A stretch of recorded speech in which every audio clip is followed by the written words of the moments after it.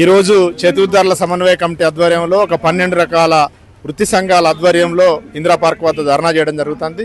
ప్రధానంగా కాంగ్రెస్ ప్రభుత్వం వచ్చిన ఈ 2.5 సంవత్సరాల కాలంలో కూడా వాళ్ళు పెట్టినటువంటి బీసీ డిక్లరేషన్ని అమలు చేయడం లేదు. వివిధ వృత్తిదారులకు ఇస్తానన్న హామీల్ని నెరవేర్చకుండా నిర్లక్ష్యం చేస్తూ ఉన్నారు. కాబట్టి ఇప్పటికైనా ఈ ప్రభుత్వం ఈ బడ్జెట్లోనైనా సరైన నిధులు కేటాయించిన నిధులన్నింటినీ ఖర్చు చేయాలనే డిమాండ్ మీద ఈ ధర్నా జరుగుతుంది. ఈ ధర్నాలో అన్ని రకాల వృత్తిదారులు, గొర్రెల కాపర్లు, అదేవిధంగా మత్స్య కార్మికులు, కల్లుగీత కార్మికులు, చేనేత కార్మికులు, అన్ని రకాల వృత్తిదారులు ఈ ధర్నాలో పాల్గొనడం జరిగింది.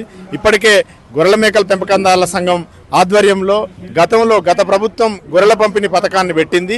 ఆ పథకం అవినీతి అక్రమాలు జరుగుతాయి అనే కారణం చేత రేవంత్ రెడ్డి గారు అధికారంలోకి వచ్చిన తర్వాత నగదు బదిలీ చేస్తారని చెప్పి హామీ ఇవ్వడం జరిగింది. కానీ ఇవాళ కనీసం ఆ పథకాన్ని ఊసు కూడా ఎత్తనటువంటి పరిస్థితి ఉంది. కాబట్టి మేము చెప్పదలుచుకుంది ఏంటంటే గత ప్రభుత్వం హయాంలో చేసినటువంటి అవినీతి కావచ్చు, లేదా వాళ్ళు చేసినటువంటి మోసానికి వ్యతిరేకంగా మేము రాష్ట్ర వ్యాప్తంగా ఉద్యమం చేసినాం. చలో హైదరాబాద్, చలో అసెంబ్లీ, ప్రగతి భవన్ ముట్టడి ఇట్లాంటి కార్యక్రమాలను కూడా పెద్ద ఎత్తున నిర్వహించి గత ప్రభుత్వం ఓడిపోవడానికి ప్రధాన కారణాలలో మా ఉద్యమాలు కూడా ఈ కాంగ్రెస్ ప్రభుత్వానికి ఉపయోగపడ్డది. ఈ ప్రభుత్వం అయినా మీరిచ్చిన హామీల్ని 2 లక్షల నగదు బదిలీ చేస్తానన్నారు. అదేవిధంగా గొర్రెల కాపర్లు చనిపోతే 10 లక్షల ఎక్స్గ్రేషియా ఇస్తామన్నారు. గొర్రెలకు ఇన్సూరెన్స్ పథకాన్ని పెడతామన్నారు. కాబట్టి ఇట్లాంటి హామీల్ని నెరవేర్చకపోతే భవిష్యత్తులో మరింత ఈ ప్రభుత్వం మీద ఉధృతంగా ఉద్యమం చేస్తామని చెప్పి ఈ ధర్నా ద్వారా హెచ్చరించదలుచుకున్నాం. ప్రభుత్వం కూడా ముఖ్యమంత్రి గారు మూసీ నది ప్రక్షాళన పేరుతోటి, సుందరీకరణ పేరుతోటి, రకరకాల పేర్లతోటి వాళ్ళ డబ్బులన్నీ రెవెన్యూని వృధా చేస్తూ ఉండు. మరోవైపు గత ప్రభుత్వం అప్పులు చేసింది, అప్పులకు వడ్డీలు కడతా ఉన్నాం, ఆ దగ్గర డబ్బులు లేవని అబద్ధాలు చెప్తాడు. అబద్ధాలు చెప్పకుండా నిజాయితీగా ఈ రాష్ట్ర ప్రభుత్వ వచ్చేటువంటి రెవెన్యూని ఈ వృత్తిదారులకి, బడుగు బలైన వర్గాలకి ఖర్చు చేయాలని చెప్పి డిమాండ్ చేస్తా ఉన్నాం. అట్లాగే బీసీలకి ఇస్తానన్న 42% రిజర్వేషన్ ఏదైతే ఉందో స్థానిక సంస్థలలో అది కూడా పక్కకు పోయింది. కోర్టు కేసుల పేరుతోటి ఇవాళ ప్రభుత్వం పక్కదారి పట్టిస్తూ ఉంది. దాన్ని కూడా కేంద్ర ప్రభుత్వం మీద ఒత్తిడి తీసుకొచ్చి దాన్ని అమలు చేయించాల్సిన బాధ్యత ఈ రాష్ట్ర ప్రభుత్వం మీద ఉన్నదని చెప్పి గుర్తు చేస్తూ, అవినీతి అనే సాకుతోటి ఇవాళ మొత్తం పథకాన్నే పక్కకు పెట్టడం సరైంది కాదు. అప్పుడు అవినీతి జరిగిందనే అవినీతి జరగకుండా మేము నగదు బదిలీ చేస్తానని నువ్వు హామీ ఇచ్చినావు.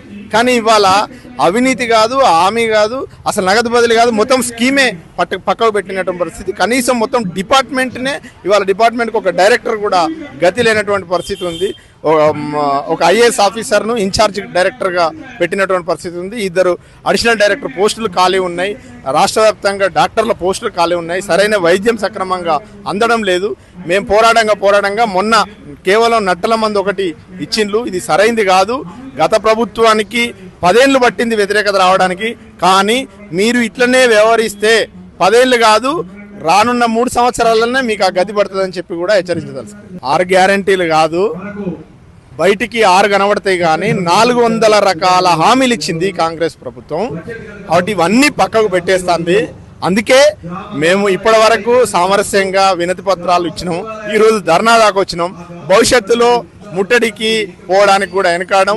ఆ చైతన్యం ఓట్ల రూపంలో కూడా ఖచ్చితంగా ప్రభుత్వం మీద ఉంటుంది. ఆ ఎఫెక్టు ఆ రకంగా ప్రభుత్వం ఇప్పటికైనా ఆలోచించుకోవాలని చెప్పి కోరుతాం. వీళ్ళని నిర్లక్ష్యం చేస్తే ఏం చేయరు అనుకుంటారో ఏమో, ప్రభుత్వం ఆలోచన అది అయ్యి ఉండొచ్చు బహుశా.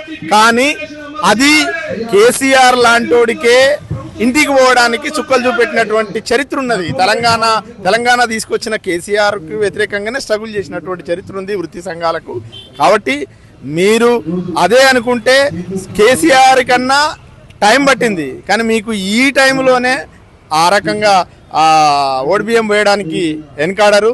కాబట్టి ఈ వృత్తిదారులు ఇవాళ రాష్ట్రంలో లక్షలాది మంది ఉన్నారు. ఈ వృత్తుల మీద ఆధారపడి, అదేవిధంగా వీళ్ళ వృత్తి మీద ఆధారపడి కూడా కొంతమంది బ్రతుకుతా ఉన్నారు. లక్షలాది మంది ఉన్నారు. వాళ్ళకి న్యాయం జరగాలంటే మీరు ఇచ్చిన హామీల్ని మేము కొంతమ్మ కోరికలు కోరట్లే, అదనపు కోరికలు కోరట్లే, ఇచ్చిన హామీలనే నెరవేర్చమంటాను.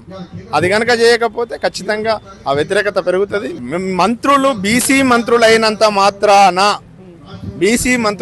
మాత్రాన వాళ్ళు చేస్తారనేది, ఏ కులంలో పుట్టినో ఏ మంత్రి అనేది కాదు, ఏం చేస్తానో అనేది లెక్క. ఇలా పొన్నం ప్రభాకర్ గౌడ్ కావచ్చు, లేదా పశుసంవర్ధక శాఖ మంత్రిగా ఉన్న శ్రీహరి కావచ్చు, ఇంకే బీసీ మంత్రి అయినా కావచ్చు, మీరు బీసీ మంత్రులు అనిపించుకోవాలంటే ఈ బీసీలకి, ఈ వృత్తిదారులకు కావాల్సినటువంటి సంక్షేమ పథకాలని సాధించి పెట్టినప్పుడు మాత్రమే మీరు బీసీ మంత్రులు, బీసీలు మిమ్మల్ని అప్పుడు కడుపులో పెట్టుకొని చూసుకుంటారు. లేకుంటే ఇప్పుడు మీరు రెడ్డి ద్వారా చెప్పినట్టు మీరు ఇంటరా, లేదు మీరు ఈ వర్గాలకు న్యాయం చేస్తారనేది కూడా బీసీ మంత్రులు కూడా తేల్చుకోవాలని చెప్పి కోరుతున్నాను.